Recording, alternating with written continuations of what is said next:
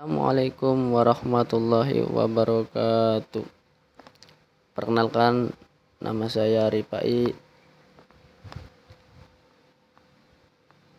NIM 2310903002455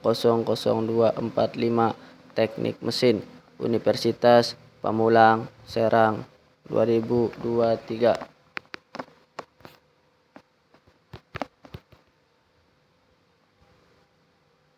Oke, saya akan mempresentasikan tentang mengenal jenis dan cara uji descriptive test atau disingkat dari DT.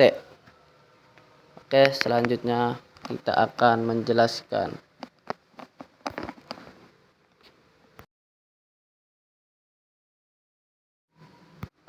Mengenal jenis dan cara uji descriptive test. Descriptive test atau uji destruktif dan non-destruktif test. Uji non-destruktif yang biasa disingkat dengan istilah DT dan NDT adalah dua metode dan pendekatan yang berbeda dalam menguji suatu material, komponen atau komponen. Selanjutnya, kedua metode ini memiliki peran penting dalam industri, baik untuk memahami karakteristik material, memvalidasi proses produksi, maupun mendeteksi potensi kegagalan suatu komponen. Karena itu, penting untuk mengeksplorasi perbedaan antara kedua metode ini. Sebelumnya, mengenal metode Advanced NDT testing dan jenisnya. Kali ini mari membahas jenis destructive test.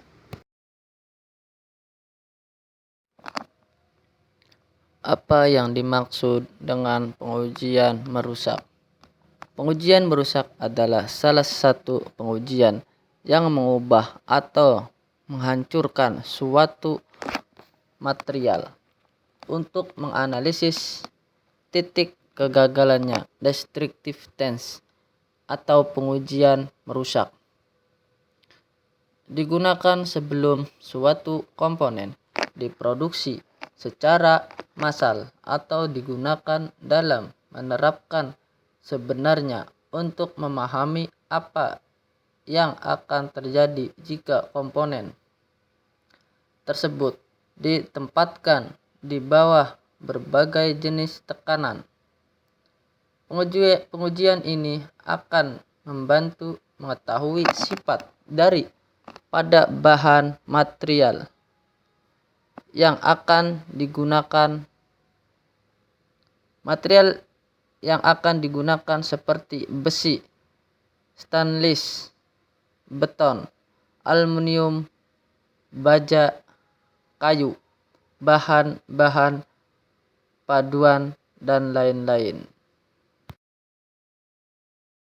Selanjutnya, apa manfaat dan tujuan dari pengujian merusak?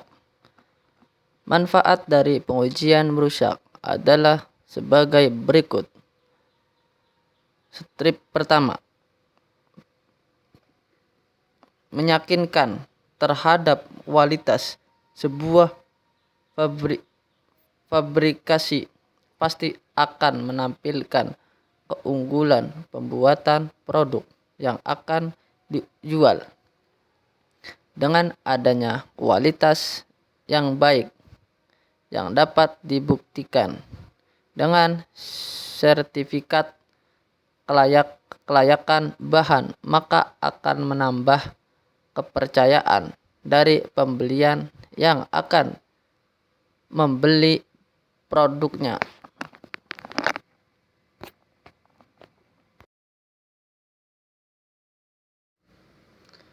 Menguji sifat material. Pengujian merusak digunakan untuk mengukur kekuatan, kekerasan, elastisitas, dan karakteristik lainnya dari material yang digunakan dalam berbagai aplikasi industri.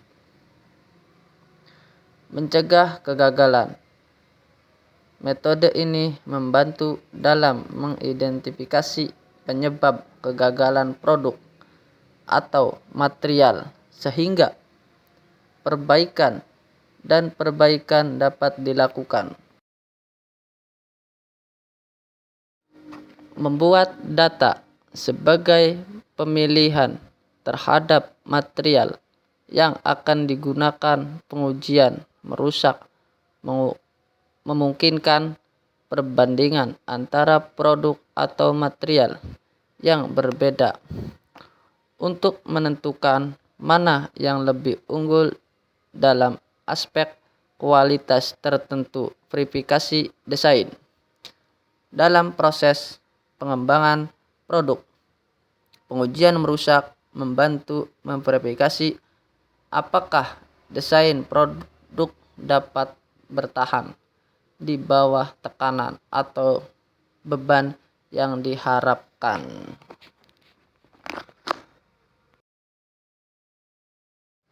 Apa itu descriptive test?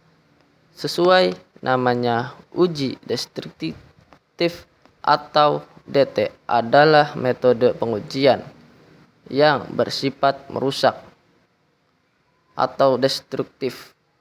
Ini melibatkan penghancuran atau perusakan pada material dan komponen yang diuji untuk memahami pengaruhnya di bawah tekanan atau kondisi tertentu. Tujuan utama dari uji destruktif adalah untuk mengungkapkan batas kinerja material seperti kekuatan, kekerasan, keuletan, dan berbagai sifat fisik lainnya. Proses ini sering kali melibatkan pengujian berulang kali sampai material tersebut memahami kerusakan. Metode ini jelas memiliki perbedaan antara destructive test dan non-destructive test.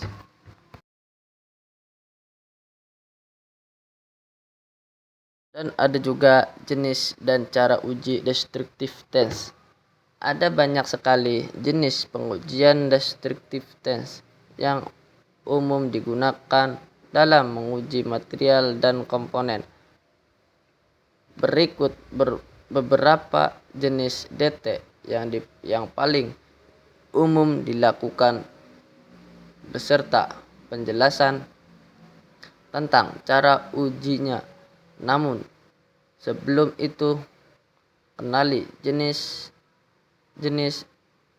NDT testing dalam mengevaluasi suatu material.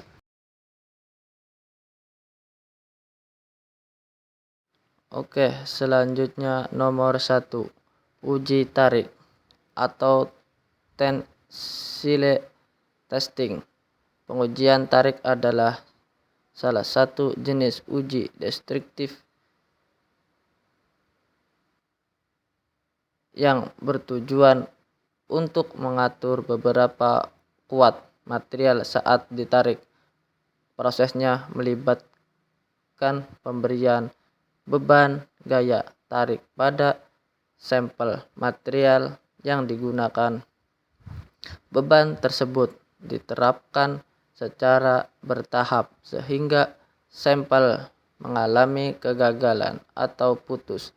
Selama pengujian, kekuatan tarik maksimum, perpanjangan material, dan modulus elastisitasi dapat diukur. Pengujian digunakan untuk mengidentifikasi kekuatan, keuletan, dan sifat dan sifat mekanis lainnya dari material seperti logam, plastik, dan komposit. Hasilnya kemudian dimanfaatkan dalam proses perancangan produk dan pemilihan material yang tepat.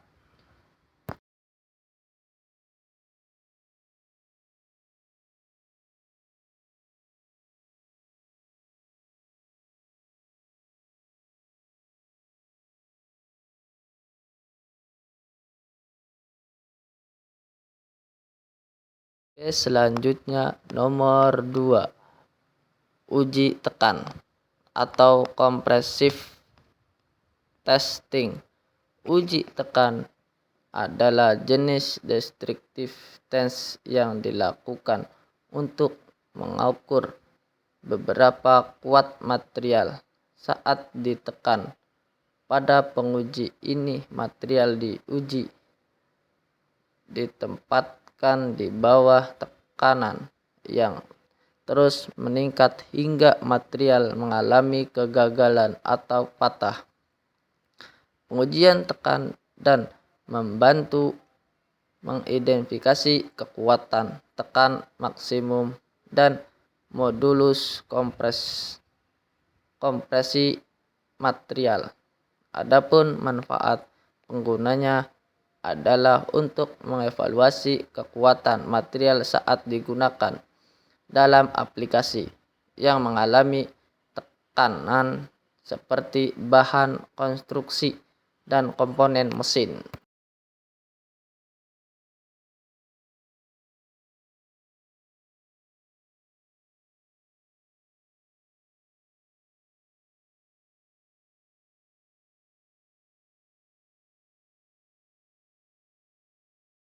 Oke, selanjutnya nomor 3, uji bengkok atau bending testing.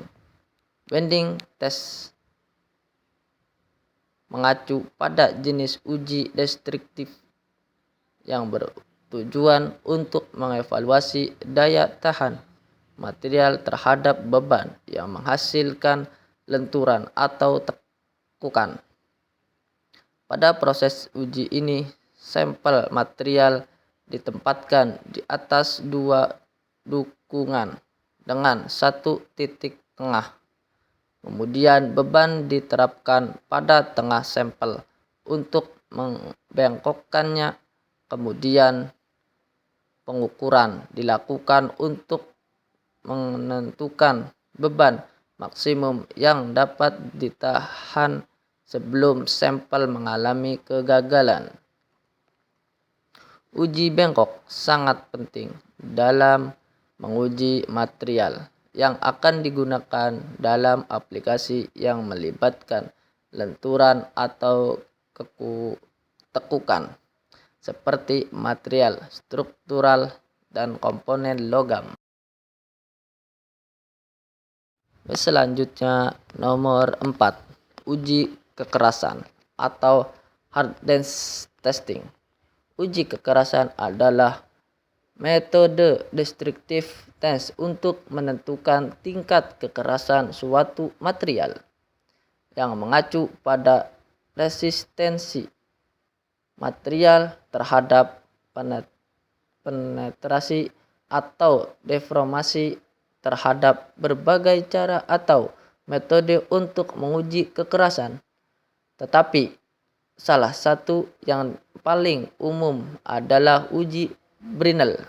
Pada uji Brinell, sebuah bola baja ditekan ke permukaan material dengan beban yang telah ditentukan.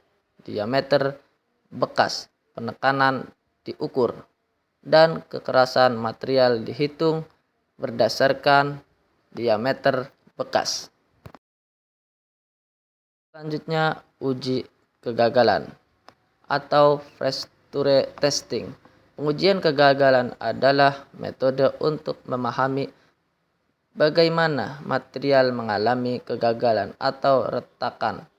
Prosesnya menggunakan sampel material yang dikenakan beban hingga terjadi kegagalan. Jenis kegagalan dan pola retakan kemudian diidentifikasi dan dianalisis untuk memahami sifat material yang berkaitan dengan kegagalan.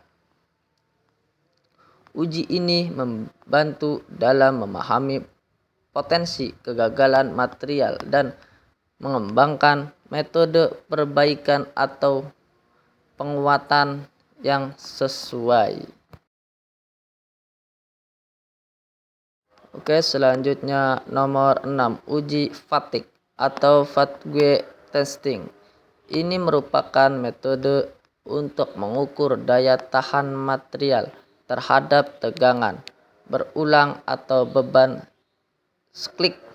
Proses uji ini melibatkan pemberian beban sklik pada sampel material untuk menguji beberapa baik material tersebut terhadap dalam kondisi beban berulang.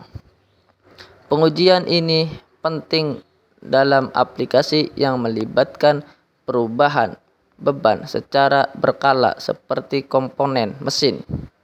Dengan uji fatigue, Anda bisa mengevaluasi umur pakai suatu material dan mengidentifikasi potensi kegagalan akibat beban sklik. Oke, selanjutnya nomor 7, uji residual stress atau residual stress testing. Kemudian ada pengujian residual stress yang digunakan untuk mengukur tegangan yang tersisa dalam material setelah semua beban eksternal telah dihilangkan.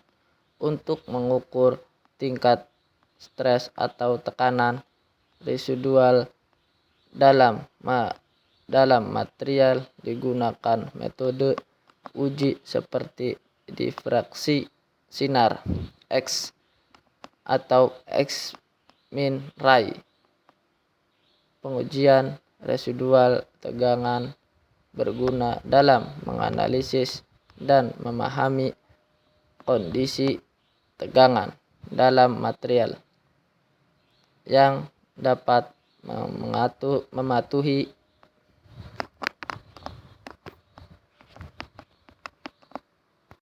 dan memahami kondisi tegangan dalam material yang dapat mempengaruhi kinerja dan keamanan komponen.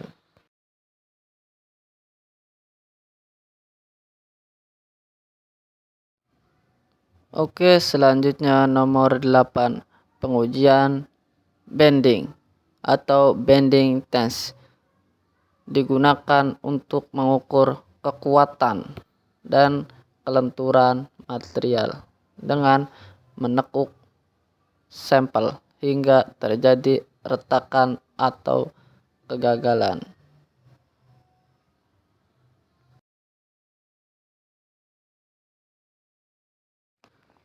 Selanjutnya nomor 9, impact test, berfungsi untuk mengevaluasi ketangguhan material dengan menghantamkan benda uji dengan energi yang diketahui dengan mengukur responnya terhadap kejutan.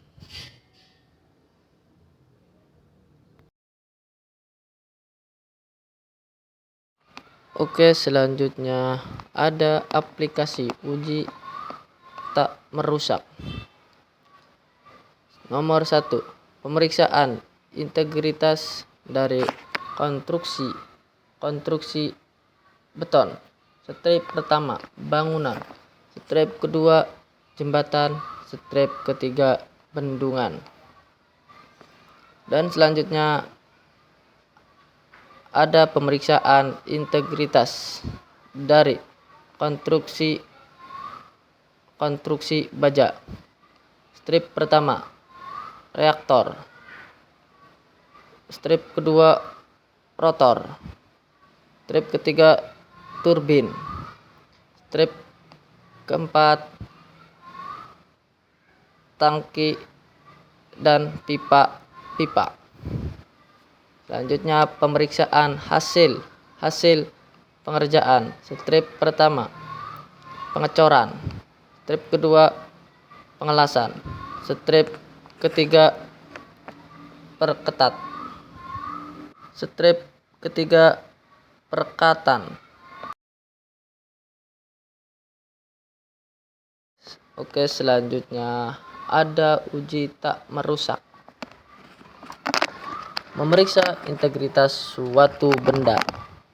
Uji ditentukan oleh ada atau tidak adanya cacat-cacat seperti retakan, kropos, iklusi, atau bentuk-bentuk tidak homogenan lainnya. Untuk mendeteksinya, suatu gelombang ultrasonik diradiasikan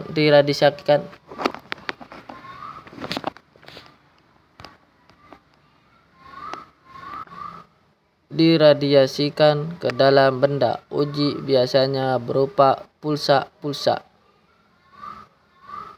bilater. Dapat cacat di dalam benda uji, maka gelombang ultrasonika akan dipantulkan dan diterima oleh transducer yang sama atau transducer yang lain. Dengan mengamati besarnya pulse lombang ultrasonik yang diterima, ukuran cacat dapat diperkirakan dengan pengukuran waktu tempuhnya. Posisi atau letak cacat dapat diketahui.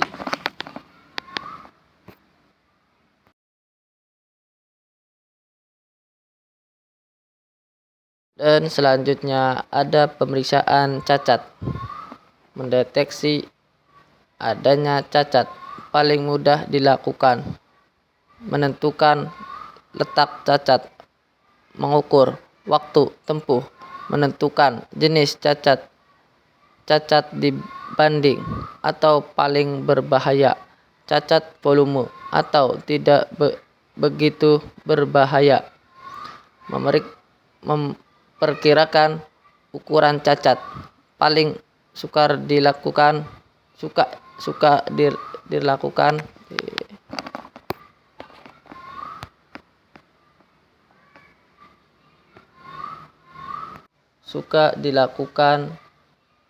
terhadap berbagai metode.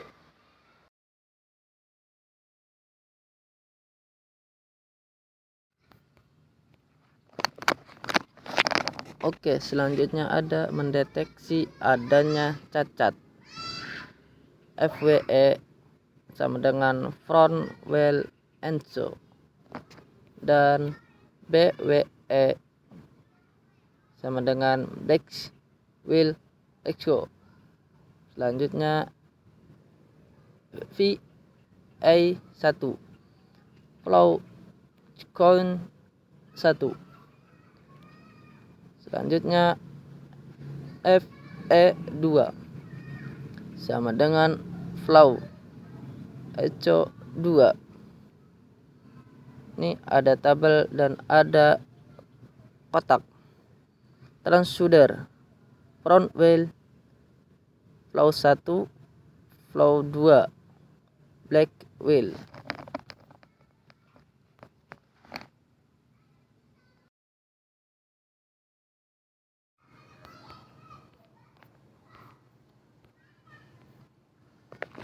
Selanjutnya menentukan letak cacat. Dilakukan penyapuan atau sanding di sekitar cacat sampai diperoleh pulsa maksimum. Ada juga contoh atau bentuk letak cacat tepat di sumber transducer. Ini ada gelombang.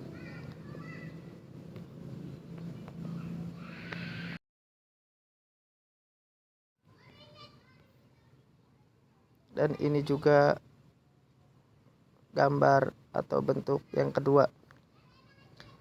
Letak cacat tidak tepat di sumber transducer. Ini ada lagi bentuknya, yang satu panjang, yang satu pendek, dari atau bentuk sinyal.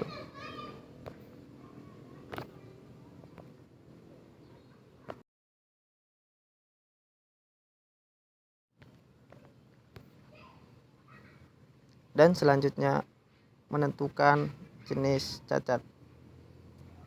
Bila cacatnya kropos atau inklusi yang merupakan cacat volume, maka pergeseran posisi transducer tidak banyak mengubah amplitude pulsa. Ini ada lagi contohnya. Cacat volume.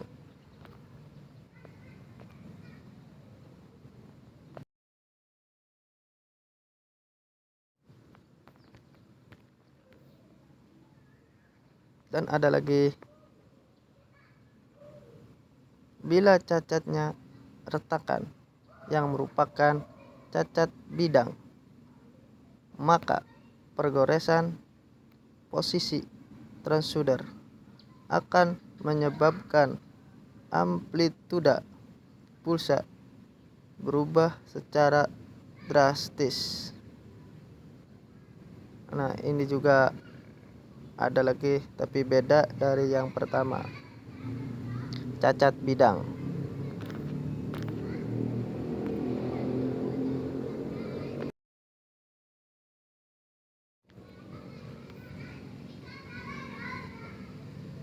Dan ini juga ada lagi memperkirakan ukuran cacat.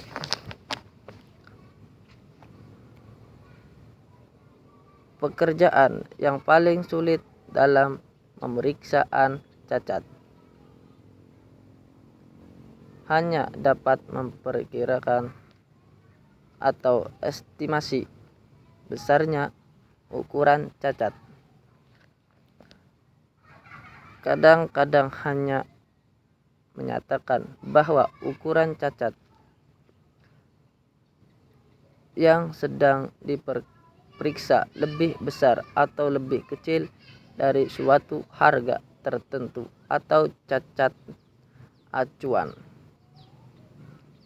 Cacat-cacat acuan biasanya terdapat pada blok acuan atau reference blocks yang terbuat dari baja atau aluminium. Secara umum, terdapat 3 cara memperkirakan ukuran cacat. Titik pertama, analisis amplitude atau amplitude analysis. Titik kedua, analisis waktu atau time analysis. Titik ketiga, analisis frekuensi atau frequency analysis.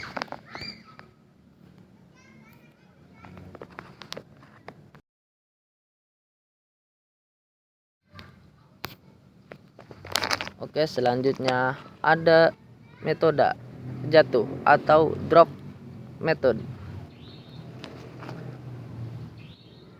Hanya dapat dilakukan bila ukuran cacat lebih besar dari diameter transducer. Dilakukan penyapuan pada daerah yang akan diperiksa. Bila amplitude pulsa adalah setengah atau min 6 dB dari amplituda maksimum, maka diperkirakan sumbu transducer berada tepat pada ujung cacat. Kadang-kadang digunakan min 12 dB atau min 20 dB. Ini ada gambarnya dan ada contoh bentuknya.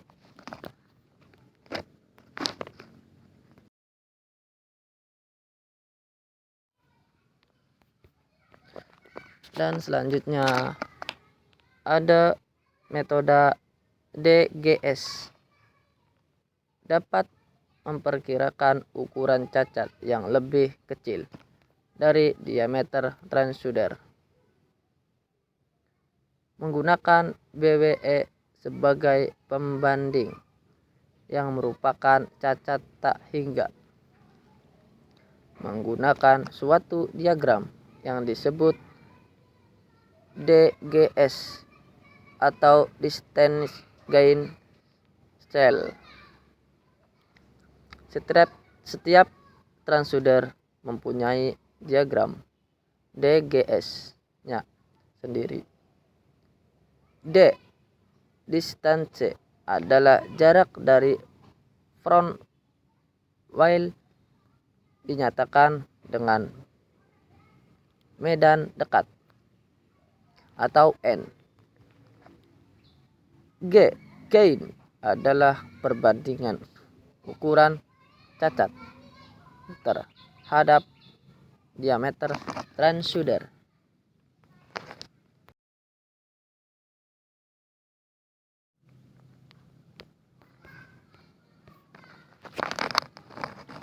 Selanjutnya S.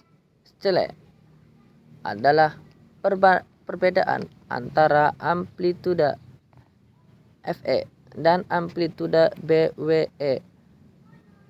Kekurangan metode DGS. Bila transducer tidak baru lagi, diagram GDS-nya tidak dapat dipakai. Tidak dapat digunakan bila black wheel atau cacatnya miring terhadap berkas gelombang karena tidak ada pantulannya. Ini ada contoh gambarnya, diagram DGS untuk medan jauh.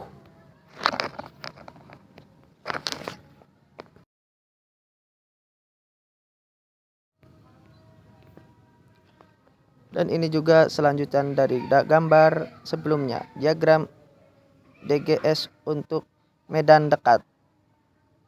Ini ada gambarnya gelombang-gelombang.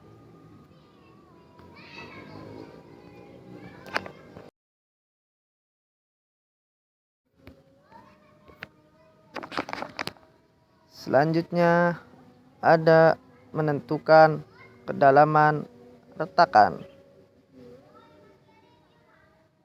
Menentukan ukuran cacat pada permukaan menggunakan metode time of flight diffraction atau TOVD, memanfaatkan peristiwa difraksi pemantulan gelombang ke segala arah.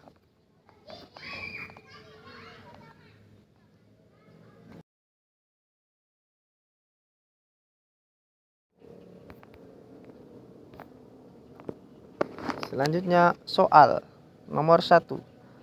Pada suatu bahan baja terdapat sebuah retakan permukaan sedalam H.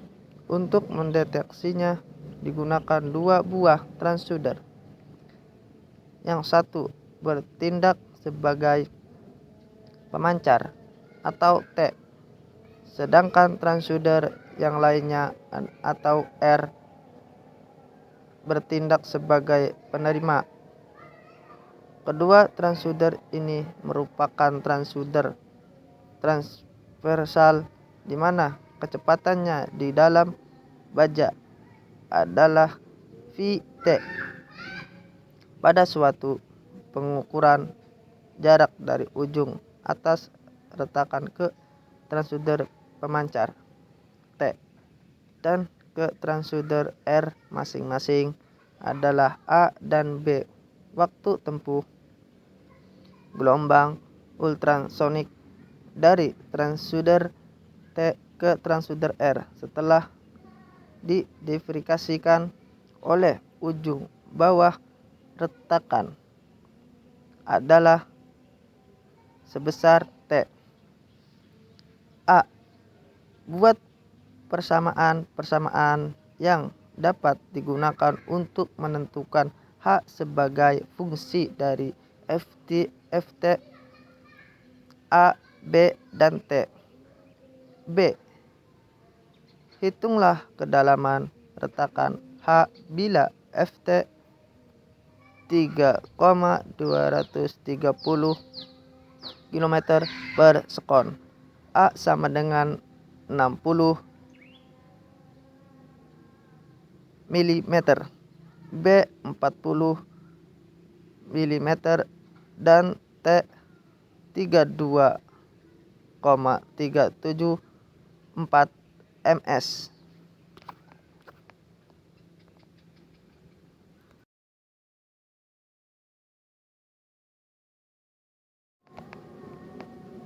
Oke, selanjutnya ada rumusnya. T1 sama dengan X plus Y